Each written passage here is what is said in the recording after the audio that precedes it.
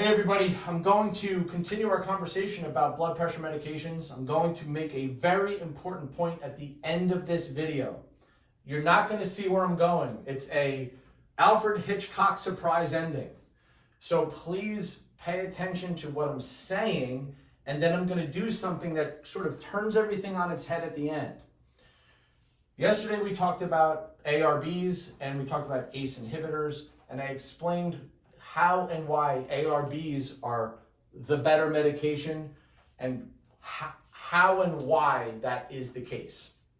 So if you're on a calcium channel blocker, the most important thing to recognize is the reason you're on it. Most of the time you're on it because of either angina or arrhythmias.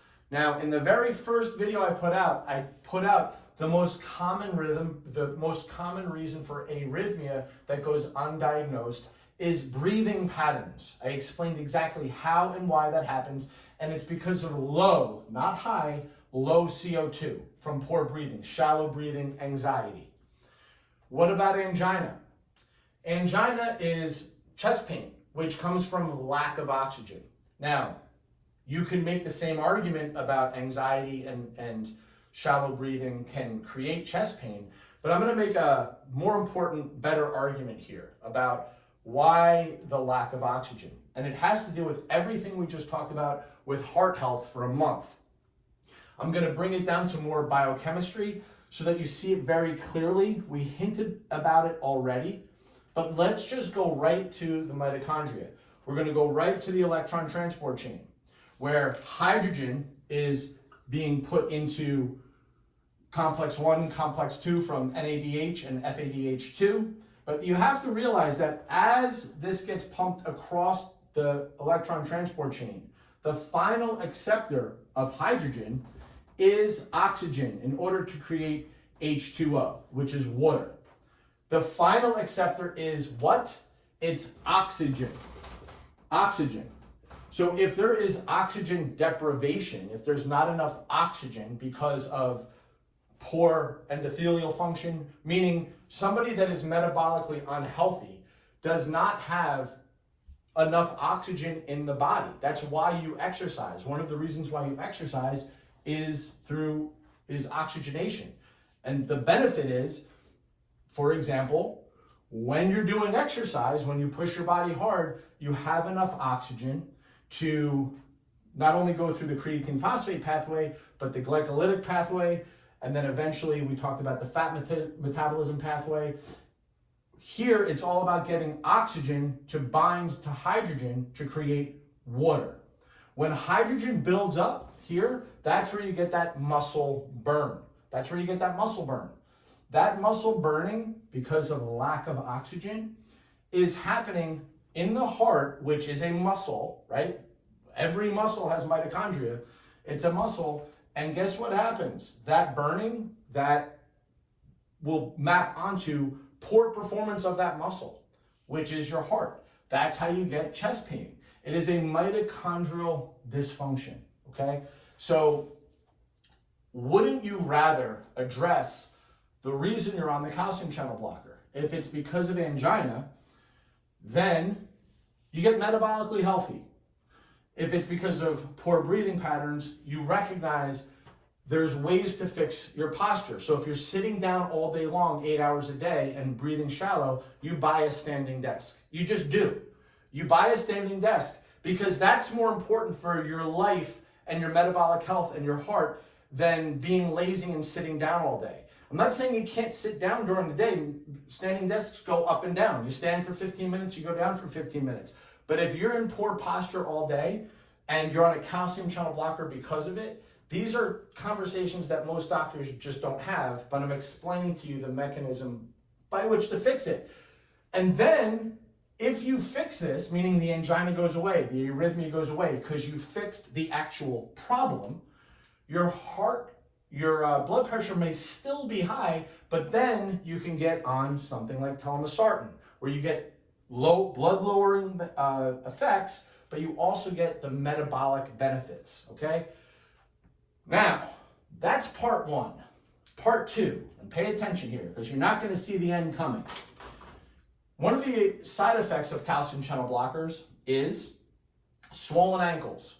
The reason why swollen ankles occur is because when you're blocking calcium, what does calcium do? It constricts. It constricts. It's one of the things that is in charge of, sort of triggering that constriction. And when it comes to the ankles, which is distal to the heart, that venous return, right? That blood return to the heart gets hampered, right? Because I'm oversimplifying this, but it's like when we're talking about that bellows analogy, it's harder to pump the blood back. So you start to get this pooling in the ankles. And before you jump to any conclusions, just listen to me. Don't get nervous. If we know this is happening, we also know that carbon dioxide must, you get rid of it through the veins. Okay, so when CO2 goes through the Krebs cycle, it permeates through the cytosol of the cell, it eventually goes into the capillaries, into the veins, goes through the veins, into the heart, into the lungs, and then you exhale it out as carbon dioxide. So this venous return of carbon dioxide is being hampered. Okay, so you can argue that there's a carbon dioxide buildup in the body. Too much carbon dioxide. The other day we talked about too little carbon dioxide. What does carbon dioxide do to pH in the blood? It shifts it up or down. So when you have too much carbon dioxide, this is causing the opposite problem of what we described yesterday. This is essentially causing the same problem that a smoker has. And what that would do to everything we described the other day with hydrogen in the cells, potassium in the blood, magnesium and calcium bound to albumin, all of these effects would be hampered. All these electrolytes would start to shift.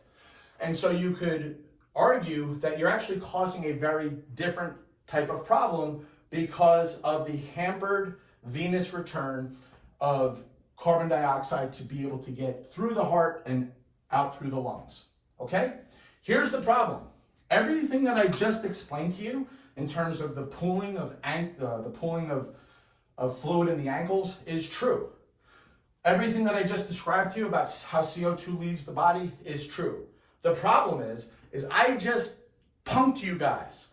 I just gave you a classic example of how influencers on YouTube, etc., take half-truths and make it like it is the thing you're missing. And this is how I want to differentiate myself from everybody else, from my clients, because the only thing I care about is you, my family. I don't give a shit about anybody else who watches me other than you guys. I just gave you a very clear scientific reason to be nervous about taking this medication, and it's complete bullshit. Everything that I said in the very beginning is absolutely true about fixing angina, about talking about arrhythmia the other day and poor posture. That's all true. The electron transport chain and oxygen and everything we talked about, that's true.